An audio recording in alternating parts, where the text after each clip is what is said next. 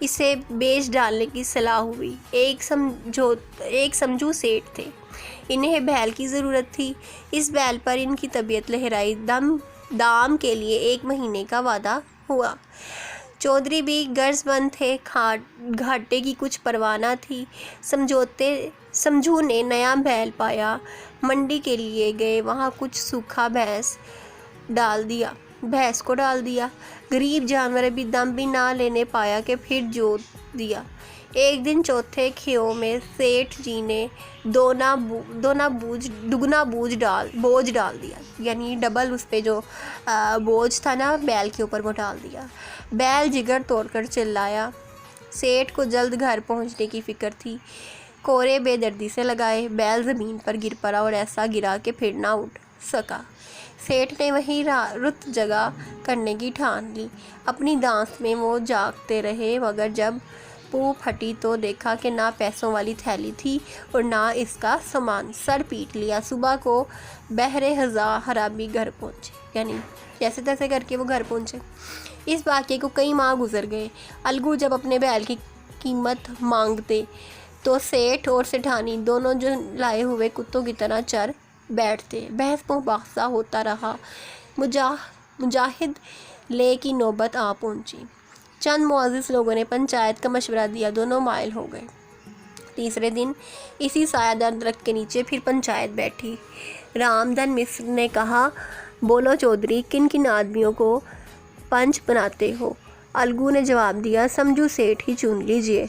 سمجھو سیٹھ کھڑے ہو گئے اور کہا، میں جمن شیخ کو چنتا ہوں۔ الگو نے جمن کو نام سنا تو کلیجہ دھک سے رہ گیا۔ جمن کو اپنی عظیم الشان ذمہ داری کا احساس ہوا تو اس نے سوچا کہ خدا کے حکم میں میری نیت کو متلال دہل نہ ہونا چاہیے۔ پنچایت شروع ہوئی۔ فریقین نے اپنے حالات بیان کیے۔ جمن نے اپنا فیصلہ سنایا، سمجھو کو بیل کی پوری قیمت دینا واجب ہے۔ جب وقت بیاں ان کے گھر آیا اور ان کو کوئی بیماری نہ تھی، اگر قیمت اسی وقت دے دی گئی ہوتی تو سمجھو اسے واپس لینے کا ہرگز تقاضا نہ کرتے۔ یہ فیصلہ سنتے ہی چودھری پھولے نہ سمائے۔ 1 گھنٹے کے بعد جمن شیخ الگو کے پاس آئے اور ان کے گلے لپٹ کر بولے، بھیا جب تم نے میری پنچایت کی میں دل سے تمہارا دشمن تھا، مگر آج مجھے معلوم ہوا کہ پنچایتی مسند پر بیٹھ کر نہ کوئی کسی کا دوست ہوتا ہے اور نہ دشمن۔ انصاف کے سوا اسے کچھ نہیں سوچتا۔ الگو رونے لگے، دل صاف ہو گئے۔ دوستی کا مرجھایا ہوا درخت پھر سے ہرا ہو گیا۔ جی تو یہ تھا آپ کا خلاصہ۔ اب نیکسٹ جو ہے وہ ہم کوسچن آنسر کی طرف آتے ہیں، اور جو آپ کا پہلا سوال ہے وہ کچھ اس طرح سے ہے کہ جمن شیخ اور الگو چودھری کی دوستی کا آغاز کب ہوا؟ جمن شیخ اور الگو چودھری کی دوستی کا آغاز اس زمانے میں ہوا جب دونوں لڑکے جمن کے پدرے بزرگوار شیخ جمراتی کے روبروز انواع ادب طے کرتے تھے۔ نیکسٹ ہے جی، شیخ جمن کی بیوہ حالہ کی ملکیت کے ہبہ نامے کی رجسٹری کے بعد حالہ کے ساتھ اس نے کیسا سلوک کیا؟ شیخ جمن کی بیوہ حالہ کی ملکیت کے ہبہ نامے کی رجسٹری شیخ جمن کے نام ہو جانے کے بعد شیخ جمن نے بڑی حالہ کی خاطرداریاں ختم کر دی۔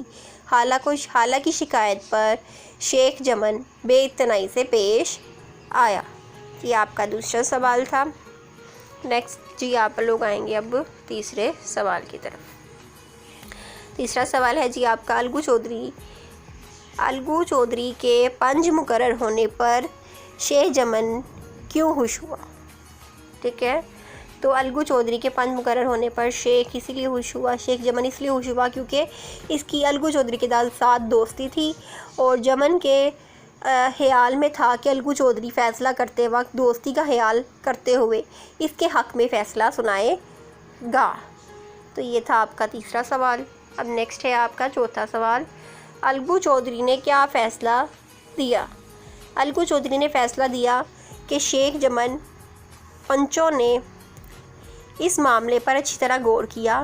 زیادتی سراسر تمہاری ہے، کھیتوں سے معقول منافع ہوتا ہے، تمہیں چاہیے کہ حالہ جان کے ماہوار گزارے کا بندوبست کر دو، اس کے سوا اور کوئی صورت نہیں۔ اگر تمہیں یہ منظور نہیں تو ہبہ نامہ منسوخ ہو جائے گا۔ ٹھیک ہے، یہ آپ کا چوتھا سوال تھا۔ نیکسٹ ہے جی آپ کا 5واں سوال، الگو چودھری کا فیصلہ سن کر چمن شیخ کا کیا رد عمل تھا؟ چمن شیخ فیصلہ سن کر سناٹے میں آ گیا، ٹھیک ہے۔ نیکسٹ ہے جی آپ کا الگو چودھری نے سمجھو سیٹھ کو بیل کیوں فروخت کیا؟ الگو چودھری نے میلے سے 2 بیل خریدے تھے، ایک بیل مر گیا، دوسرا اس کے کسی کام کا نہ تھا۔ اس کا جوڑا بہت ڈھونڈا مگر نہ ملا، ناچار اسے بیچنے کی صلاح ہوئی، ٹھیک ہے۔ جی اب کا نیکسٹ کویسچن ہے، سمجھو سیٹھ نے الگو چودھری سے خریدے ہوئے بیل کے ساتھ کیسا سلوک کیا؟ ٹھیک ہے، یہ آپ کا ہے، سمجھو سیٹھ بیل کو منڈی میں لے گیا، وہاں کچھ سوکھا بھونس ڈال دیا، غریب جانور ابھی دم بھی نہ لینے پایا تھا، پھر جوت دیا، مہینے بھر میں بیچارے کو کچومبر نکل گیا۔ یکے کا جواد دیکھتے ہی بیچارے کا ہاؤ چھوٹ جاتا، ایک ایک قدم چلنا دوبر ہو جاتا، ہڈیاں نکل آئی تھی، لیکن اصیل جانور تھا، مار کی تاب نہ تھی۔ ایک دن چوتھے کھیوے میں سیٹھ جی نے دگنا بوجھ ڈال دیا، دن بھر کا تھکا جانور، پیر مشکل سے اٹھتے تھے، اس پر سیٹھ جی کوڑے رسید کرنے لگے۔ بیل جگر توڑ کر چلایا، کچھ دور دوڑا، چاہا کہ جانور ذرا دم لے لے۔ ادھر سیٹھ جی کو گھر پہنچنے کی جلدی تھی، کئی کوڑے بے دردی سے لگائے، بیل نے ایک بار پھر زور لگایا مگر طاقت نے جواب دے دیا، زمین پر گر پڑا اور ایسا گرا کہ پھر نہ اٹھ سکا، ٹھیک ہے۔ اب نیکسٹ ہے جی آپ کا الگو چودھری اور سمجھو سیٹھ نے کون سے تنازع پنچایت کے سامنے پیش کیے؟ الگو چودھری اور سمجھو سیٹھ نے بیل کا تنازع پنچایت کے سامنے پیش کیا، ٹھیک ہے۔ لاسٹ ہے آپ کا کویسچن، چمن شیخ نے فیصلہ سناتے ہوئے انصاف کے اصولوں کو کہاں تک پورا کیا؟ چمن شیخ کو اپنی عظیم الشان ذمہ داری کا احساس تھا، اس نے انصاف کے تمام اصولوں کو پورا کیا۔ تو یہ تھے آپ کے کویسچن آنسر۔ نیکسٹ اب آپ آ جائیں گے اپنی خالی جگہ کی طرف۔ تو جو فرسٹ ہے آپ کا فرسٹ جو خالی جگہ کا بلینک ہے وہ ہے، چمن شیخ اور الگو چودھری نے بڑا ڈیش تھا، دونوں میں بڑا یارانہ تھا۔ چمن شیخ جب حج کرنے گئے تو ڈیش الگو کو سونپ گئے اپنا گھر، ان کے باپ ڈیش کے آدمی تھے، پرانی وضع کے، شیخ جمراتی، خود دعا اور فیض کے مقابلے میں ڈیش کے زیادہ قائل تھے، تازیانے کے، ٹھیک ہے۔ چمن نے وعدہ وعید کے ڈیش دکھا کر خالہ اماں سے وہ ملکیت اپنے نام کرا لی، سبز باغ دکھا کر، ٹھیک ہے۔ نیکسٹ ہے جی، خالہ جان اپنے ڈیش کی بات نہیں سن سکتی تھی، مرنے گی۔ بوڑھی خالہ نے اپنی دانست میں ڈیش تو کرنے میں کوئی کسر نہ رکھی، گریا اور زاری کرنے میں۔ شیخ چمن کو بھی اپنی ڈیش ذمہ داری کا احساس ہوا، عظیم الشان ذمہ داری کا۔ دوستی کا ڈیش درخت پھر سے ہرا ہو گیا، مرجھایا ہوا درخت، ٹھیک ہے۔ نیکسٹ ہے جی آپ کے ٹرو فالس۔ پہلا ہے آپ کا، الگو جب کبھی باہر جاتے تو چمن پر اپنا گھر چھوڑ جاتے، چمن کی ذمہ داری بھی اپنا گھر تو چھوڑتے تھے، بالکل درست ہے۔ الگو کے باپ نئے انداز کے آدمی تھے، غلط ہے۔ الگو کی ایک بڑی بیوہ خالہ تھی، نہیں، یہ غلط ہے۔ کئی دن تک بری خالہ لکڑی لیے آس پاس کے گاؤں کے چکر لگاتی، بالکل ٹھیک ہے۔ چمن نے بڑھیا کو پیار بھری نظروں سے دیکھا، غلط۔ شیخ چمن اپنی خالہ کو ماں کے برابر سمجھتے تھے، غلط۔ الگو قانونی آدمی نہیں تھے، غلط۔ ایک ایک سوال چمن کے دل پر ہتھوڑے کی طرح لگتا تھا، بالکل درست ہے۔ پنچایت کے ایک ہفتے بعد ایک بیل مر گیا، غلط۔ شیخ سمجھو سیٹھ منڈی سے تیل نمک لاد کر لاتے اور گاؤں میں بیچتے تھے، درست جواب۔ رام دھن نے پہلا نام چمن کا سنا تو کلیجہ تھک سے ہو گیا، غلط۔ شیخ چمن کو پنج بن کر اپنی ذمہ داری کا احساس نہ ہوا، غلط، ٹھیک ہے۔ اب اس کے بعد ہے جی آپ کے الفاظ کے معنی ہیں۔ الفاظ کے معنی ہیں جی، فرسٹ جو ہے آپ کا لفظ ہے ساجھا۔ ساجھا کا مطلب ہوتا ہے مشترک اور حصے دار، ٹھیک ہے۔ دوسرا ہے زنوائے ادب طے کرنا، مؤدب بیٹھنا، شاگرد ہونا۔ تیسرا ہے وضع، وضع کا مطلب ہوتا ہے بناوٹ، شکل۔ چوتھا ہے جی رفتہ رفتہ، رفتہ رفتہ کا مطلب ہے آہستہ آہستہ۔ صلح پسند کا مطلب ہے امن پسند، سکون پسند۔ تعہین حیات کا مطلب ہے زندگی بھر۔ پنچ کا مطلب ہے پنچایت کرنے والا یعنی ثالث، ٹھیک ہے۔ تو ورڈز میننگ کے بعد ہیں جی آپ کے الفاظ کے مونس ہے۔ مذکر الفاظ کی مونس لکھیں، ٹھیک ہے، یہ مذکر لکھے ہوئے ہیں جن کے آپ نے مونس آپ نے رائٹ کر دینے ہیں۔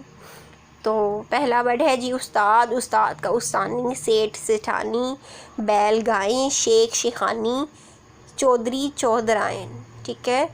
نیکسٹ ہے جی آپ کا اعراب لگائیں، تلفظ کے اوپر، ٹھیک ہے، اعراب لگانے آپ نے۔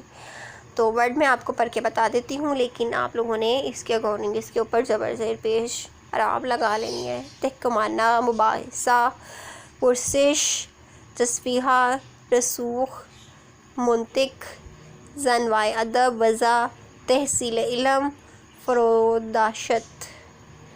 اس کے بعد ہے جی آپ کا سلیس ہوتی ہے، ٹھیک ہے، عبارات کی تشریح کریں، سبق عنوان، مصنف کا نام لکھیں۔ تو یہ سلیس ہوتی ہے آپ کی بھیا، جب سے تم نے مطلب ڈاٹس لگائے ہیں تو یہ پورا ٹاپک ہوتا ہے جو آپ کی بک کے اوپر لکھا ہوا ہے۔ حق اور انصاف کی زمین پر کھڑا تھا، تو آپ کو پتہ ہونا چاہیے کہ جو لائن لی گئی ہیں، یہ جو ٹاپک لیا گیا ہے، یہ ٹاپک جو ہے وہ پنچایت سے لیا گیا۔ آپ نے اسی طرح لکھنا ہوتا ہے کہ سبق کا عنوان جو ہے وہ پنچایت ہے، اور مصنف کا نام جو ہے وہ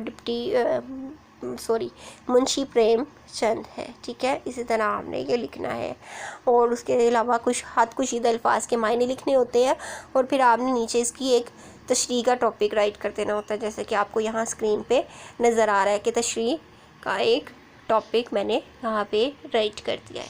اسی طرح آپ نے بھی اس کا ٹاپک رائٹ کر دینا ہے، ٹھیک ہے۔